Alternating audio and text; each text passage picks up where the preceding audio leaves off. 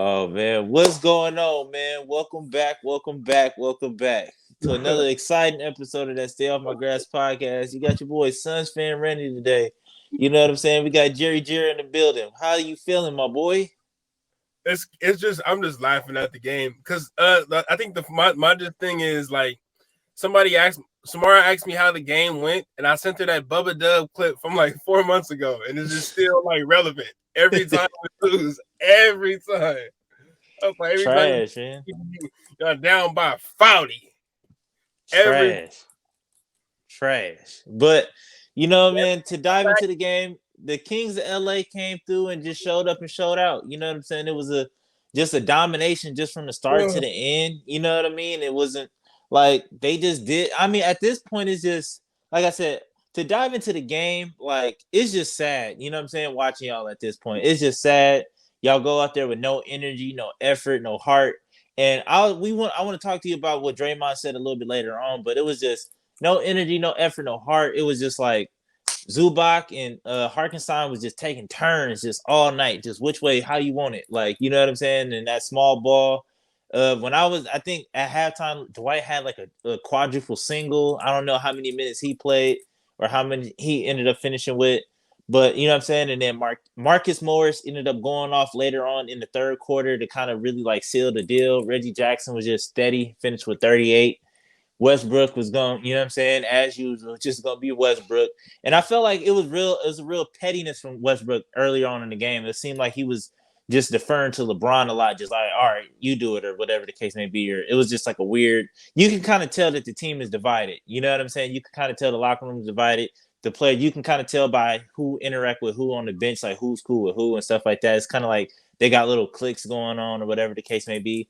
Frank Vogel just sitting there looking dumb just all night, just had no answer, you know what I'm saying? And like I said, I personally think that Tyronn Lue is the coach of the year, but how you feel about the Lakers and, you know what I'm saying, how it went down tonight over at the Crypto?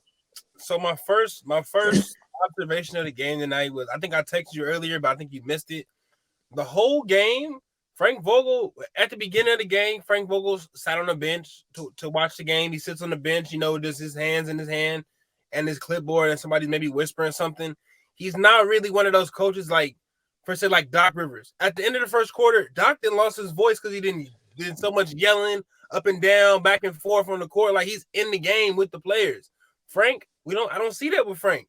Ty Lue, the whole game, he stands. I didn't see Ty Lue sit down the whole game, even when they were blowing us out. He stands up. He's still yelling at his players, get back. He's still into the game. So it starts up top. If Frank not in the game, what do you think the players are going to be in the game? Next, they had the little 14-0 run to close out the first half, but you open the second half on a 19-2 run. You just don't get it done like that. They were only down, mind you, they were at the halftime, they were only down by 3 points. I think we went down, missed the shot, and the Clippers just turned it on after that.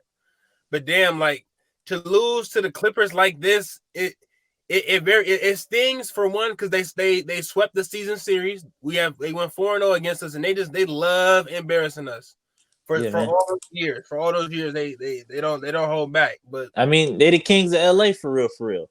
But not here with all that. But it's just at a point for the Lakers, it's gonna come down to pride. Like, are you gonna really just come out here and let Reggie Jackson was doing skip to my Lou type stuff on the court? Like, bro, he was just at some point it's just pride. It's just like, are you really gonna let someone come into here and do that to you?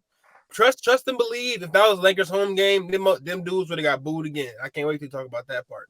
But all right, but to push back on what you said about Frank Vogel not standing up and being more vocal, like on a bench or whatever. Number one, you're down by 30, so it's like, what can you really say?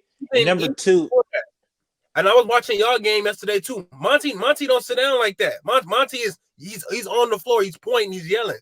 And this is the reason why, because you got a bunch of veterans that are established. You can't tell what are you gonna yell at LeBron and tell him? And what do you think that he actually gonna do?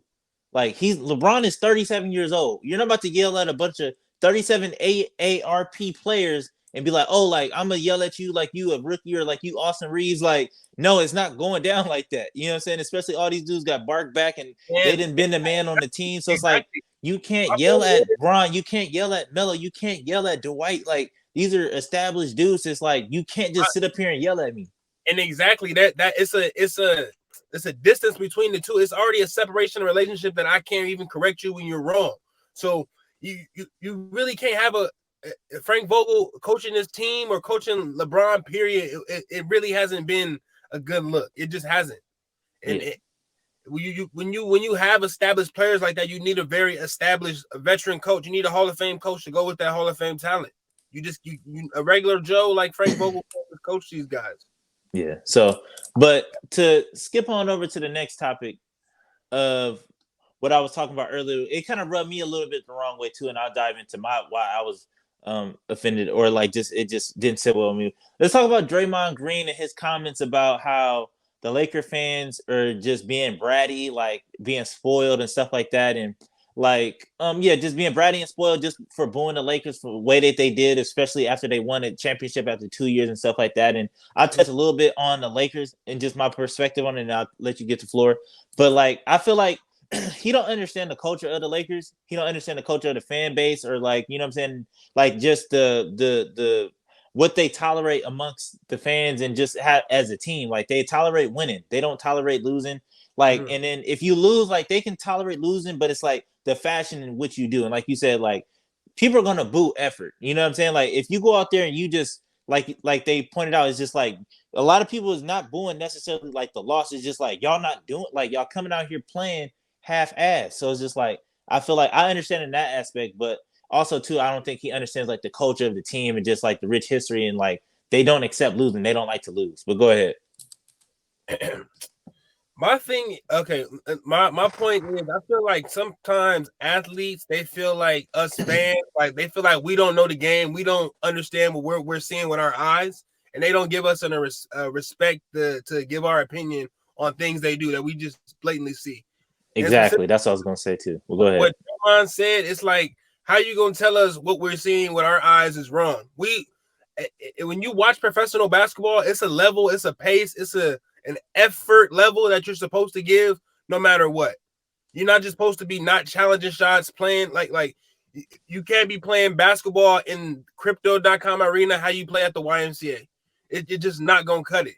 And with our eyes, when we're seeing is we're booing your effort. We're not booing the losing, because you can lose a certain way. We're not booing the loss. We're just strictly booing the effort, because I know what my eyes are telling me, and as much as I've seen and watched the game, I know when someone's giving it their all and when they're not.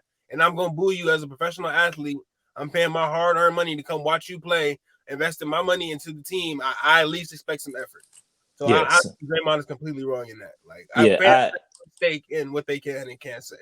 Yeah, so yeah, I completely agree with you, and that's was the part that kind of rubbed with me the wrong way, in a sense of, yes, I understand that you're a professional athlete and stuff like that, and you play and you have a whole different vantage point of just like the game and just, you know what I'm saying, the team or whatever. But at the end of the day, like, y'all are nothing without us. Not trying to like sound entitled, but it's like, realistically, like, if you really want to cut it down, like, if you don't have fans, you don't have anything. Like, you don't have an NBA, you don't have a league, or whatever the case may be. So we do get a level of a say so, especially if you get player or fans like us that sit and watch every single game, that invest, buy the jerseys, you know what I'm saying, support players and do all this and follow, you know what I'm saying? Like, you get to have a say so, you get to have a voice.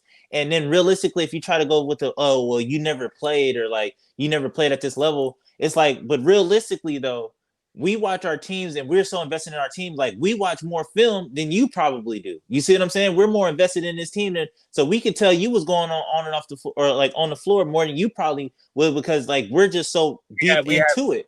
Like, yeah, you have to do practices and you have to do X, Y, and Z and do all that. But like, fans, like, this is all, like, especially if you're addicted to your team, like, this is all you got. Like, you know what I'm saying? Like, I wake up every morning just looking for Sun stuff, just, you know what I'm saying, rewatching film, rewatching games. So it's like, you can't sit up here and try to disrespect us and be like, oh, like, you don't know because you're just a fan. Like, you know what I'm saying? Like, nah, dog, like, it don't go down like that. That didn't sit well with me. Yeah. Even though I don't like the Lakers, but somebody was saying that Draymond's a clutch athlete and he has to ride with LeBron and all those other guys, but nah, fans definitely do have a stake in what we see and what we can and can't stand for, can and will and won't stand for. Yeah. So it's like, if a losing season, that's different. or like, you know what I'm saying? I get it, but it's just like to sit up here and say like, oh, you're a fan, stay in the fan's place. Let's like, no, like, let's not do that. But yeah, man, is there anything else you want to say before we wrap it up and get up on out of here, man? It's just y'all fall almost to the 10th seed. I think that y'all might get there, but I don't know. Bold statement: the Lakers won't win 40 games. They probably might win. I'm saying the Lakers cap the season off winning 35 games. That's it. That means I think it's like 8 or 9 more games after. No, my bad. It's we had 28 or 27. I only see us winning about 7 or 8 more games out of this 20. They're gonna definitely finish the season after the All-Star break with a negative record for sure. Yeah, I just want to go on record saying I'm scared of the Clippers, man. Like I don't care what nobody says. The AC, they might be able to pull Kawhi or Paul George off the bench at any time. You never know. It might be Not even that, because it's like playing the Clippers is like fighting somebody in jail with life. It's like they got nothing to lose. Like I don't want to fight you, dog. Like you gonna be in here. Like I got a date. Like I'm going home. It's like fighting the Clippers. Like they got a bunch of nobodies with nothing to lose. So it's just like fighting back in was that 2019?